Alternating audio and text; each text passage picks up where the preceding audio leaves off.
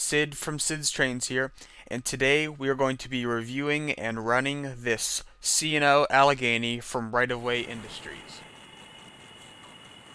So starting out with a little bit of history on this engine, this is a 2666 steam locomotive, and only two classes of this type of locomotive were ever built. One was the Allegheny, which is this engine here, built by the Lima Locomotive Works. And the C&O had a couple of these locomotives, and one of the most famous ones was this one right here, number 1601. And to this day, number 1601 is on display at the Henry Ford Museum. There's also another C&O Allegheny at the Baltimore, Ohio Railroad Museum in Baltimore. And that's just a different one. I think it's number 1604, but correct me if I'm wrong. And they also have a lot of other steam engines there, but this engine today still exists, but it's just on display at the Henry Ford Museum.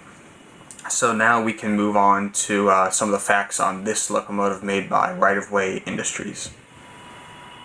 So before we dive in to see what this engine's all about, let me talk to you a little bit about Right of Way Industries, the company that made this. Right of Way Industries, all of their trains were part of their scale plate line, which it was all about quality, fine detailing, and they were all brass trains. And the whole idea was that you had a brass train that had the dependency of three-rail operation with sound and smoke and lights and all that. But another thing is, people do not always have a big layout to run on like I do. I have big 072 curves and 060 curves, but some people did not. So similar to Lionel's now Lion Master series, this engine has dual articulating sets of drivers. Like a normal articulated engine, this part here articulates back and forth, but as you see, this back set of drivers also articulates, and that lets these trains go around tighter curves. And that allowed Right of Way Industries to, of course, sell a lot more trains and sell to a more variety of people, not just people with a big, large layout with wide curves. So that allowed these engines to run on smaller layouts, but they also then had the amazing sounds of the time, lighting all over the cab, the firebox, the marker lights, the number boards, and the headlight, of course. And then they had the smoke unit as well, which all of Right of Way's trains had a Sooth smoke unit at the top, and this has dual Sooth smoke units. But that was just the idea of scale plate, just three-rail operation, brass construction, and the dependency of three-rail operation. And that's why these trains sold as they did. Obviously, there were only 500-ish of some trains, and this train in particular there were not a lot of, because this train was produced right around the end of Right of Way Industries' operation, and they went out of business. But of course, all their trains, in my opinion, and most people's opinions, were very nice. They had great sound systems, great lighting, everything, and great operation. So now let's take a closer look at this Allegheny in particular. So starting out at the front here, down here we have a scale coupler, and it does move back and forth. And in the box there is a O-gauge coupler that can be attached here. But I just like leaving this scale one on here. Right above it there is a number board here, and then above that there is the operating headlight that does have a warm white bulb on the inside. Running up both sides are nice handrails, and there's ladder detail here, which is great, and there's a coupler bar here which does go up and down, as you can see, and that is very nice. And on top of all of these walkways here there is a safety tread as well, which is very nice, and this being a brass train they were able to add that in as part of the stamping. Up here we have some air compressors here.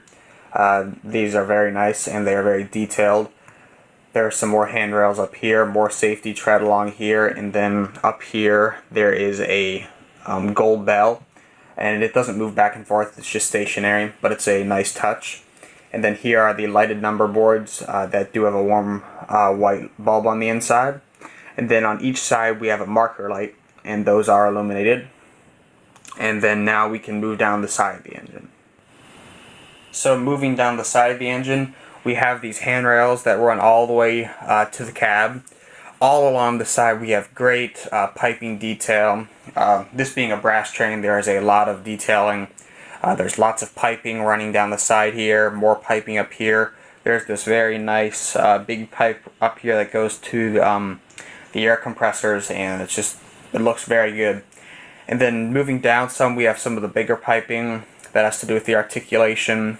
Here we have some more this looks like a dynamo and some more air compressors. Then here's another dynamo here. And overall, just great piping detail, especially around the firebox back here. It's just very nice. And then now we can move to the cab. So here we're at the cab. Again, great piping detail all around the cab and the firebox here. On the side we have crisp 1601, which is the locomotive number. And then on both sides of the cab under it, there is a switch. On this side is the smoke on-off switch. And then on the other side is the sounds on and off switch. And that just turns off the chuffing sounds for this engine. And then there's another switch. It's kind of hard to see, but up top here there's a little groove, and that's the E-unit switch. Most right-of-way industries engines had a switch on top here that was for the E-unit. And now we can move to the top of the engine. So here's the top of the engine. Starting up here, we can see some great detailing along here. Lots of great piping around the smokestack here. Here is the dual smokestack with dual Sooth smoke units on the inside. And they do operate and looks great as the engine goes along. We have our two domes here, and then here is a sand dome. At this end we have some more piping, which looks really good. Some pop-off valves here, another dynamo over there. And overall it just looks great. And then let me move the camera here. And over here is the whistle for the engine, which looks great.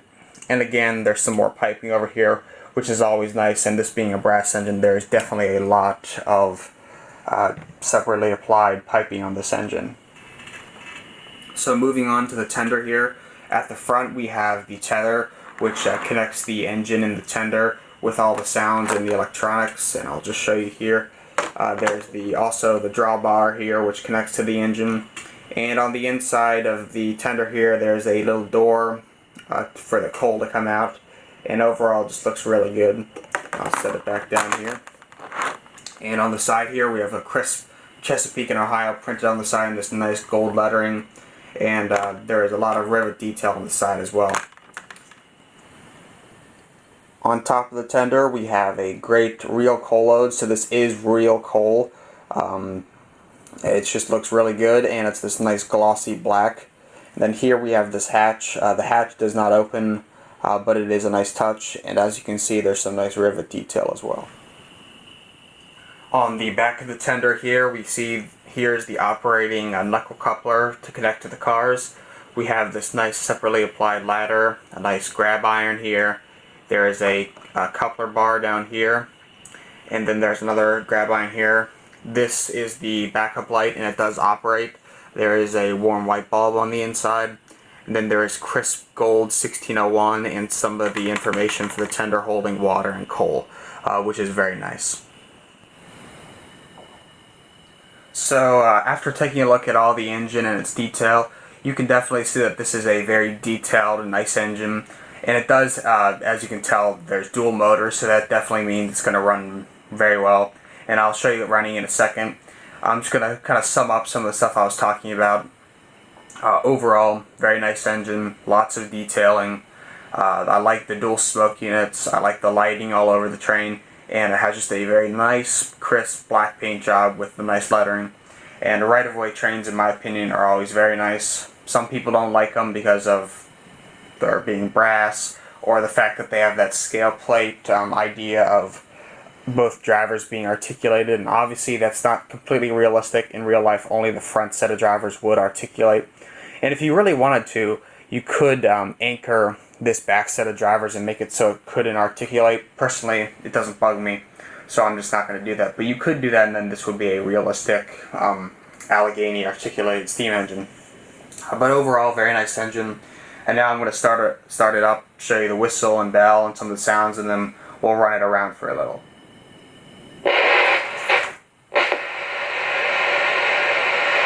So here is the whistle.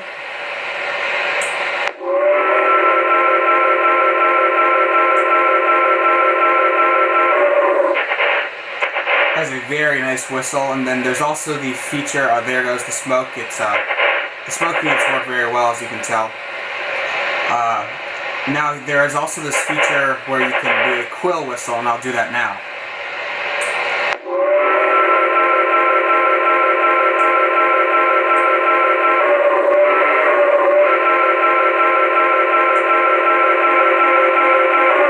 So there's the quill whistle, and it kind of is a grade crossing quillable whistle, and that sounds very good to me. And as you can tell, you can also hear the air pumps going off, and in a couple seconds here we'll hear a blowdown go off.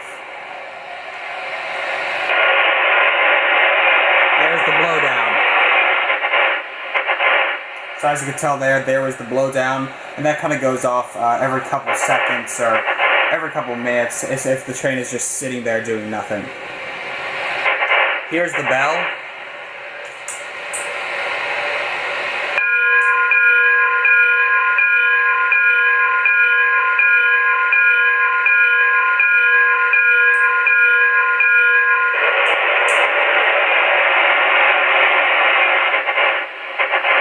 And I would like to note that Right-of-Way Industries usually recorded real whistles and real bells for the trains, which is a really cool feature about their trains. So now let's roll the train out.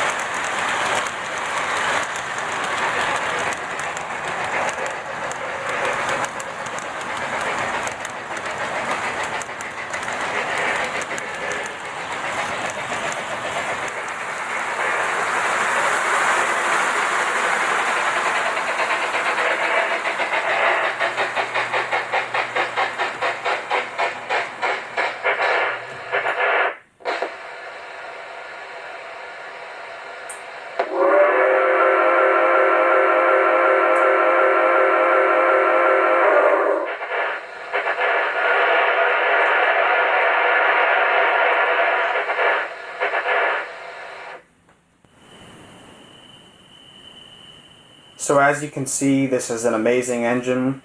It runs great, it sounds great, and it especially looks great as it has all that separately applied detailing, and overall it's just an amazing engine. I would definitely recommend anybody in the industry to look for right-of-way industry trains. As they are out of business, it's going to be on the second-hand market, on eBay, at a train store, at a train show, etc. I'd definitely look for these trains, and especially this one, as this has amazing detail and amazing sound set. And overall, it's just a great train with a lot of, it's just a great train to run and a great train to have. Hope you enjoyed this video, and As always, like, subscribe, and click the bell for notifications. Comment below and tell others about the channel. I'm Sid, and I'll see you next time, guys.